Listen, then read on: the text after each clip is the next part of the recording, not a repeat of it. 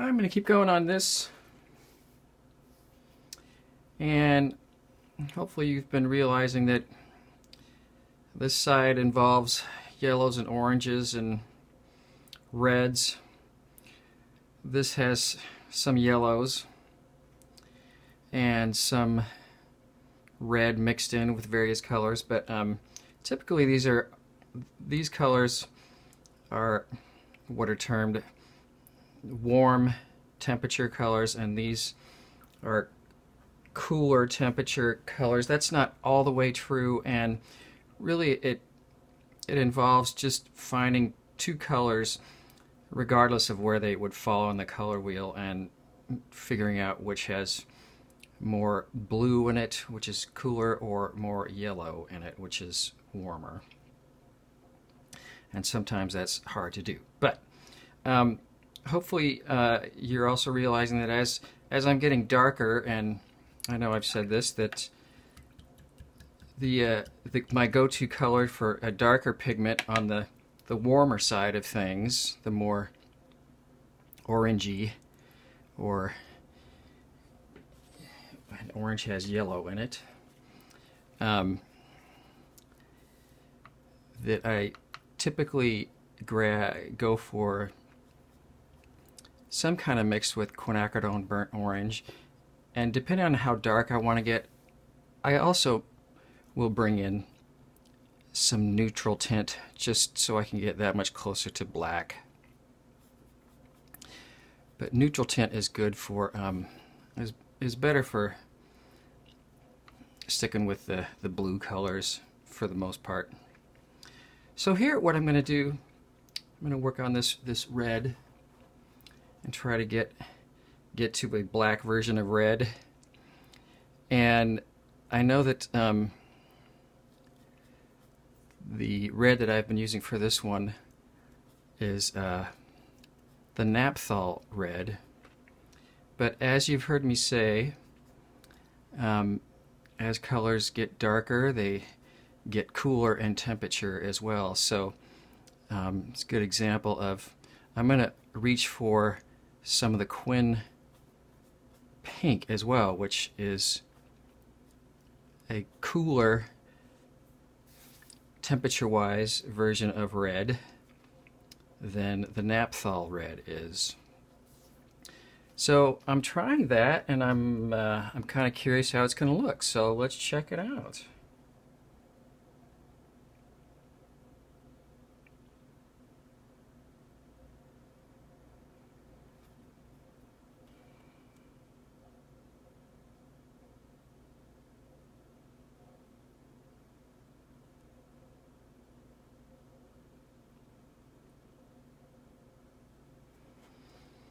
I think that'll be that'll work for that eventually. I added some more water because it wasn't quite moving as much as I wanted it to.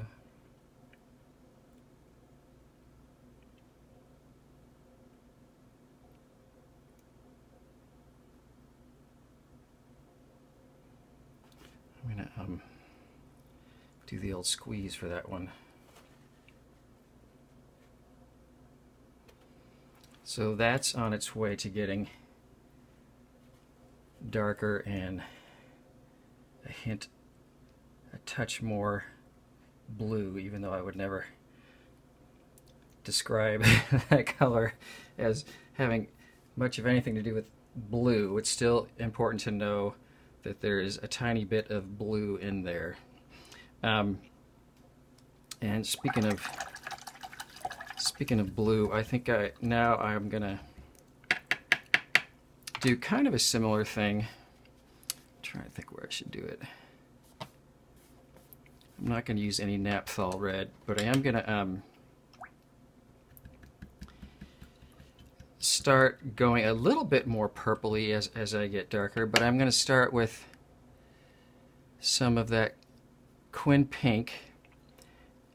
So that's cool. That makes it, it's already sort of that pink in here, and there was a little bit of ultramarine blue. That was too much ultramarine blue.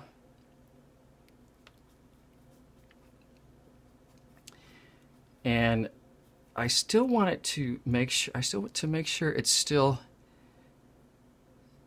in the warm, on the warm side of things, the reddish side of things. I grabbed a little bit of the Quin Burnt Orange as well. And let's see what happens here as we try to sort of get a black version of Red Violet. So that is combinations of Quin Pink, Ultramarine Blue, and Quin Burnt Orange. Can actually be a pretty fun mix. Anyways, let's see here. I might be able, I might have, yeah, I like using the, okay, that's pretty nice, but I'm not sure that's exactly what I want, but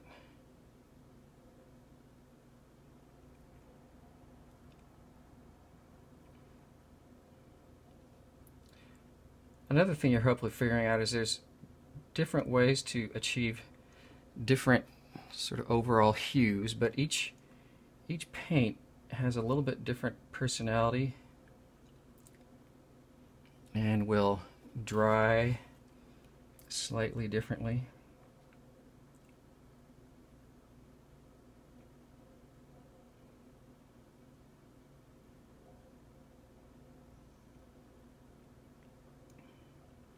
And I really like this combination of Quin Pink, Ultramarine Blue, and Quinacridone Burnt Orange for various darks related to reddish violet.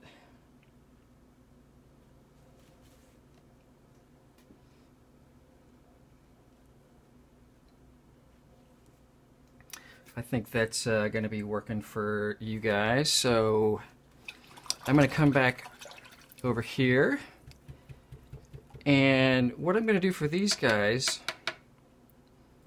is mix some phthalo green blue shade, mostly that, because that will help me get even darker, and depending on how those mixes are going, probably a little bit of a tiny bit of ultramarine blue to get things even darker. And this is the mix that I mentioned for these guys, and it's a very nice mix of the phthalo blue, sorry, see? Phthalo green blue shade. And the phthalos go very nice and dark, with ultramarine blue. So it makes a cooler temperature version of green and a little bit darker. That is seeming like it's too blue, and I might just need to bring in a tiny bit. Let me grab a different brush. A tiny bit of the phthalo yellow green, because it's still it's leaning a little bit too much to blue. That's more what I was after.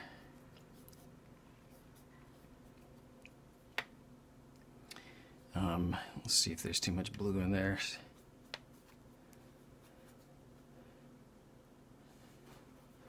It is tricky to make, you know, these calls at which you use a brush and make things dirty, and sometimes it's, you gotta either say I'm painting and not worrying about getting things dirty, or I'm gonna focus on making sure things are clean enough. so I can tell actually what color things are going to be.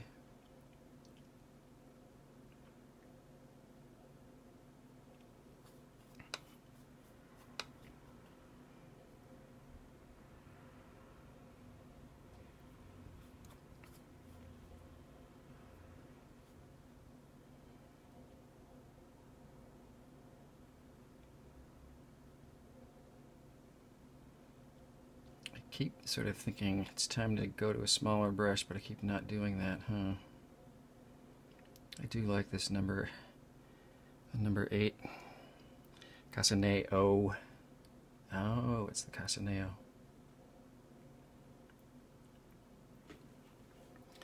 So I think that's pretty good for the greens. Getting to the black version of green.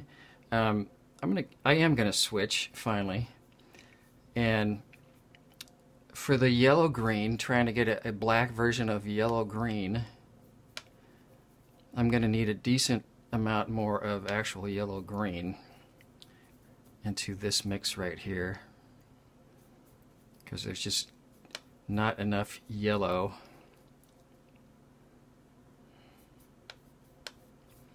But this once again gets tricky, because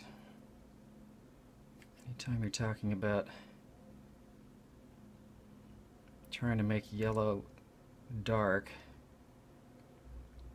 it's sort of counterintuitive. I think I'm even gonna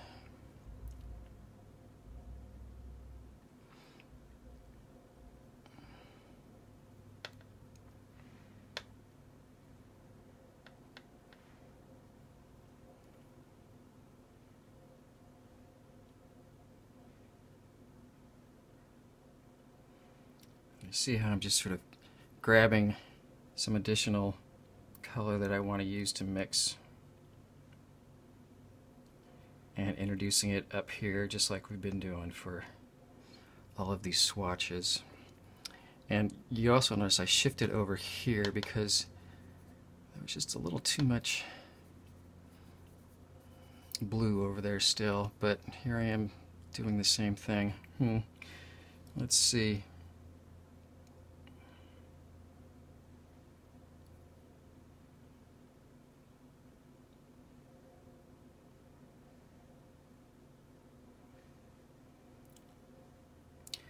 What I'm going to do with this one is actually just bring in a touch more of the phthalo green blue shade, because this one's going to have to get quite dark, but I still want it to relate to the yellow-green family.